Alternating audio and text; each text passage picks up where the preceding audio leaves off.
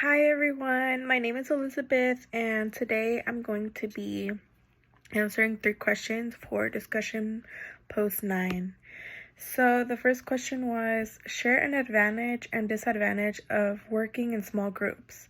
What practical advice would you offer to people having challenges working with a group? So, an advantage of working in a small group is that you get feedback on your work. So, you're able to take your work to someone else before you do turn it in and get feedback from students that are in the same position as you.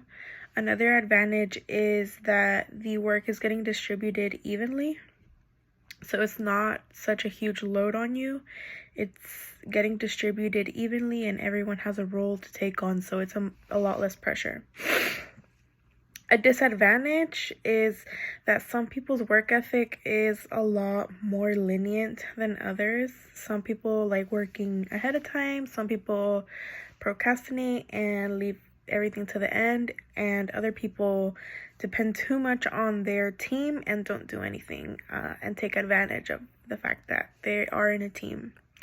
So I think that's one of the biggest disadvantages, is that you really don't know who you're being partnered with and whether that person is going to take advantage of you or not. The best advice I would offer to people that are struggling to work in a team is to distribute and be specific about the work that's being distributed from the very start. So as soon as you're introducing each other and getting to know each other, make sure that everyone knows what it is they are responsible for at the end of the day, just so they don't have the excuse of saying, well, I didn't know what I was supposed to do.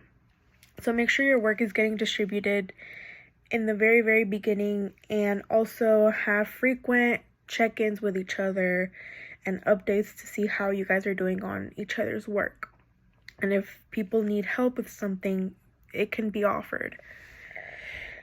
Question 2 is describe 2 listening barriers presented in your text and share personal examples of how you plan to work towards minimizing these barriers in the future. So one of them is physical distractions, such as loud noise, loud music, just a loud environment in general. And I plan on avoiding this in the future when I'm speaking or doing a speech by scoping the room, making sure that the room I am speaking in is distraction free, that there isn't any loud noise, whether it be loud music, maybe like a blender, people talking, just making sure that I am going to be uninterrupted, that I'm not going to be interrupted through the remainder of what it is that I'm going to talk about. The second one is lack of appropriate focus. So I know as a listener, I tend to shift focus sometimes.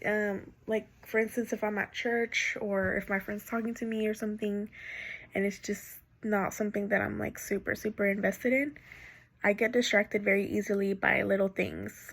So they can mention something very small, such as, I don't know, like a fast food chain, and I've been there before, or if I'm hungry, I'll think about, I'm hungry, I wish I was there, I remember when I went there last time. I stray away from what the actual conversation is, and I plan on avoiding this when I am speaking to an audience by making sure that my examples are super, super relevant to what it is I'm talking about, and I don't linger too much on them, and that I am keeping the audience engaged and hooked, and that my examples aren't more appealing than what it is I'm talking about.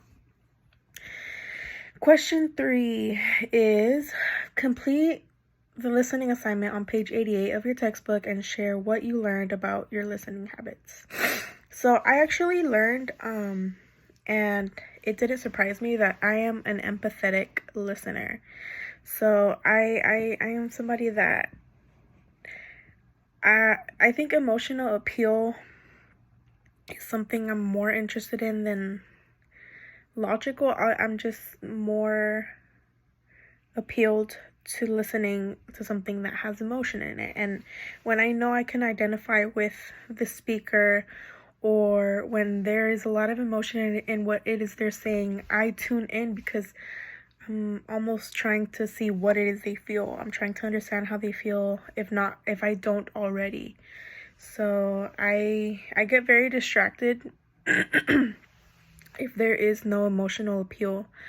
Say somebody's talking about a sad story, chances are I'm going to be paying attention because I want to know what happens. I want to know what's going to happen in the end, and it's just, and the emotional appeal is very appealing to me. So that's my conclusion. Thank you.